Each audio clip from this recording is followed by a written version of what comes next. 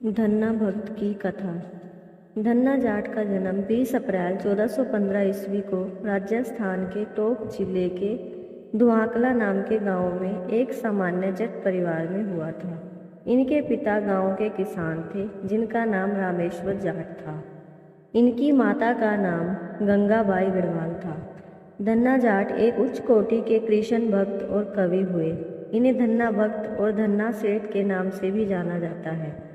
इनकी भक्ति का प्रताप ऐसा था कि स्वयं भगवान कृष्ण इनकी गायें चराने आते थे और इनके साथ भोजन पाते थे।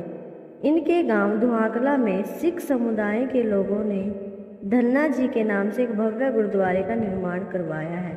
धन्ना जी के द्वारा गाई हुई कई पदों को गुरु ग्रंथ साहिब की गुरुवाणी में भी स्थान दिया गया है। धन्ना जी का जन्म एक सामान्य कृषक परिवार में हुआ था। इनके पिता मुख्य रूप से कृषि और गौ पालन किया करते थे। एक दिन धन्ना जी के परिवार के कुलगुरु, जिनका नाम पंडित त्रिलोचन था, तीर्थ यात्रा करके लौटे और कुछ दिनों के लिए धन्ना जी के घर पर ठहरे। पंडित त्रिलोचन शालिग्राम भगवान की सेवा किया करते थे। वे बड़े भाव से शालिग्राम शिला की सेवा करते, पुष्प अर्पित करते और उन्हें भोग लगाने के बाद ही भोजन ग्रहण किया करते थे। बालक धन्ना पंडित जी को यह सब करते हुए देखता था। उसे भगवान की सेवा पसंद आई। कुछ दिन बाद जब पंडित जी जाने लगे तब बालक धन्ना पंडित जी के शालिग्राम भगवान के लिए जिद करने लगा, मुझे ठाकुर जी चाहिए, मुझे ठाकुर जी चाहिए। परंतु पंडित जी अपने ठाकुर जी छोटे से बालक को कैसे दे सकते थे। धन्ना जी को उनके माता पिता ने बहुत समझाया, परंतु धन्ना जी नहीं माने। अतः हमें लोगों ने पंडित जी से कहा कि अरे यह तो बालक, ऐसे शालिग्राम जैसा कुछ और देकर बहला दो। अगले दिन पंडित जी नदी में स्नान करने गए। वहां से वे एक गोल मटोल थोड़ा बड़ा सा काले रंग का पत्थर ले आए। तब वे धन्ना जी के पास आकर बोले, मैं तुम्हें अपने ठाकुर जी दे दूंगा, लेकिन मेरे पास दो ठाकुर जी है, बड़े ठाकुर जी और छोटे ठाकुर जी। तुम्हें कौन से ठाकुर जी चाहिए? धन्ना जी ने झट से जवाब दिया, मुझे तो बड़े ठाकुर जी चाहिए। पंडित जी भी यही चाहते थे। तब पंडित जी ने धन्ना जी को वह बड़ा काला पत्थर बड़े ठाकुर जी बताकर दे दिया। अब ठाकुर जी को पाकर धन्ना जी बहुत प्रसन्न हो गए। वे बड़े भाव से उनकी सेवा करने लगे। धन्ना जी गायें चराने खेतों में जाते तो ठाकुर जी को अपने साथ ले जाते। धन्ना जी की मां ने उनको बाजरे की रोटी, साग, अचार और गुड़ खाने को दिया। अब धन्ना जी ने भी निश्चय किया कि वे भी पंडित जी की तरह ठाकुर जी को भोग लगाने के बाद ही भोजन ग्रहण करेंगे। तब धन्ना जी ने खेत में बहुत प्रेम से ठाकुर जी को पुकार कर भोग लगाया, परंतु ठाकुर जी ने भोग नहीं लगाया। धन्ना जी ने निश्चय किया, जब तक ठाकुर जी प्रकट होकर भोग नहीं लगाते वे भी भोजन ग्रहण नहीं करेंगे। जब ठाकुर जी ने भोग नहीं लगाया तो धन्ना जी ने शाम को वह रोटी गाय को खिला दी। धन्ना जी ने निश्चय किया, जब तक ठाकुर जी प्रकट होकर भोग नहीं लगाते वे भी भोजन ग्रहण नहीं करेंगे। जब ठाकुर जी ने भोग नहीं लगाया तो धन्ना जी ने शाम को वह रोटी गाय को खिला दी। 3 दिनों तक ऐसा ही चलता रहा। न ठाकुर जी ने भोग लगाया न धन्ना ने।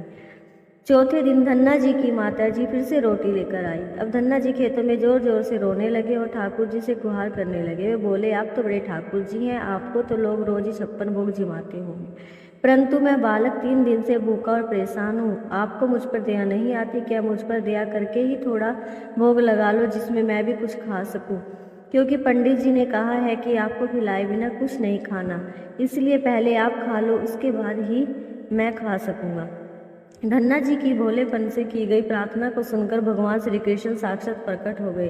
अपने ठाकुर जी को देखकर धन्ना जी बहुत प्रसन्न हो गए। उन्होंने ठाकुर जी को माँ की दी हुई बाजरे की रोटी, साग और गुड़ खाने को दिया। ठाकुर जी बड़े चाव से रोटी खाने लगे।